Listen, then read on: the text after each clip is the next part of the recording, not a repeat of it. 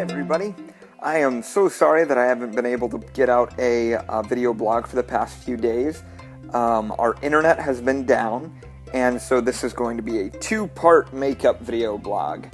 Okay, so we're going to go ahead and start with, I believe it would be like the 1st of February, because today is the 4th.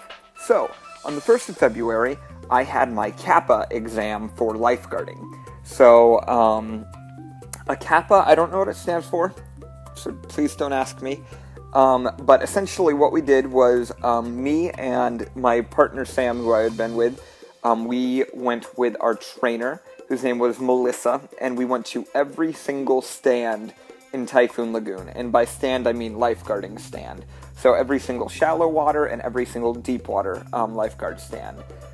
So in all honesty, it wasn't really that, it's not that entertaining for you guys to hear, because literally all we did was walk from stand to stand. We would scan in and we would say, "We've got your water," and we would watch the water as guests would float by. And then we would go, "Okay, all clear," whenever our trainer was like, "Okay, you're done now." And that's what we did all day, and it really wasn't that scary. We were allowed to ask questions. Oh, and there was a written exam portion, and out of 50 questions, I got 2 wrong, so I was like, woo!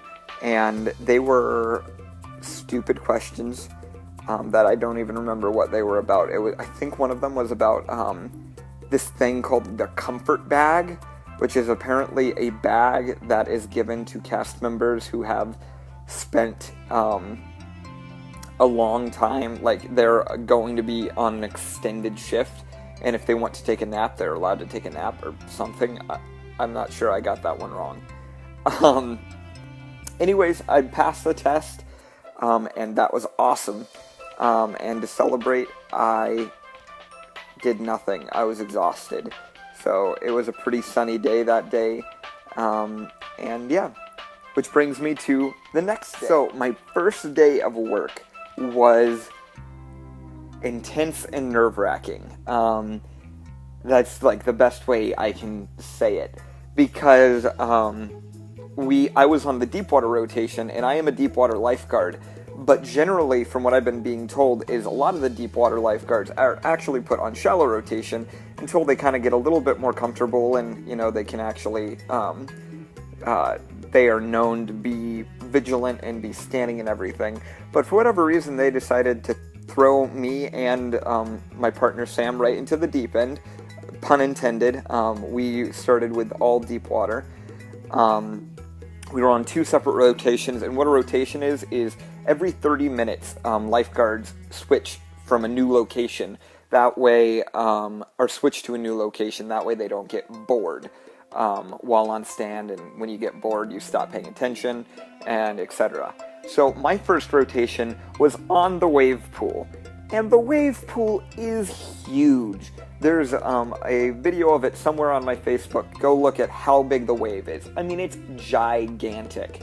And I had to watch all of this water. I was on what's called Wave 3, which is a stand that pretty much overlooks the entire wave pool. And so I just did that, and like the entire time my heart is racing, just hoping nobody, you know, decides to begin drowning, because I don't want to have to jump off. And then I go to Wave North, which is we don't actually necessarily have to watch the water. I mean, we do watch the water.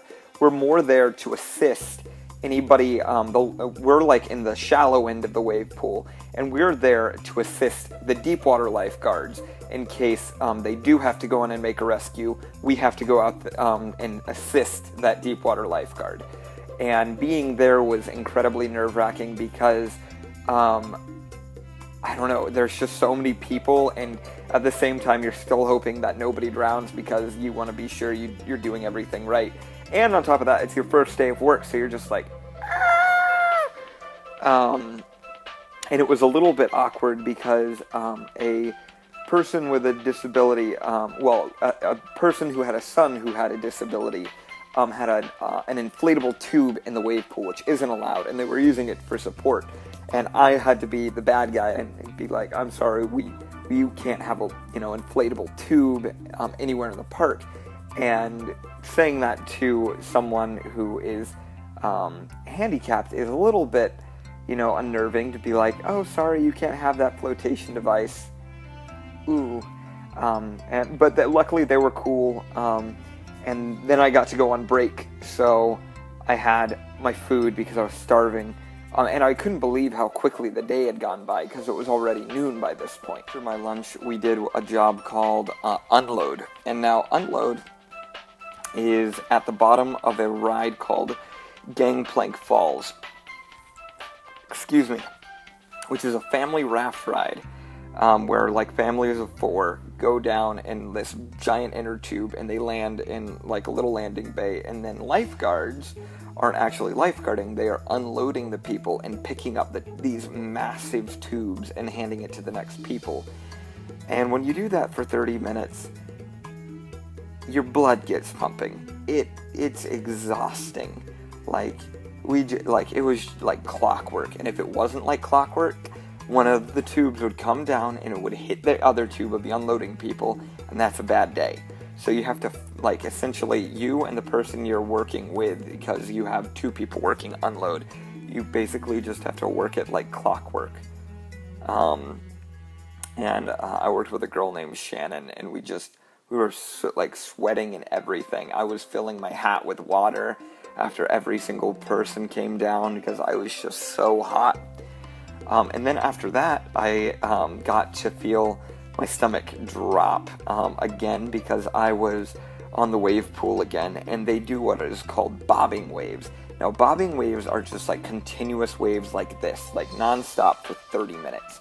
The regular wave is one giant wave every 90 seconds. So that's a lot easier to work with, because every 90 seconds you just, you have everyone over here, essentially right in the middle. You have the giant wave, and it just pushes them right back into the shallow end. So making a save there would be really easy. Now with bobbing waves, people think that they can swim forever in bobbing waves. And generally what happens, at least what I'm told, is that they will swim out there and they'll just get tired, and then they'll drown. So, there were plenty of people in the pool who already looked like they were drowning, so which adds an extra level of paranoia for you. So my entire heart was just racing the entire time I was there. Not a great experience, but it kept me on my toes, which is really it's a nice feeling while lifeguarding, because if you get comfortable, that's when something bad will happen. At least that's what they say. Nothing bad has happened yet, and I'm not comfortable yet. So yeah, and then the rest of my day I went to the rest of the wave pool, which was a little bit more relaxed. And then I went to the Shark Reef, and the Shark Reef was uneventful. It was fun.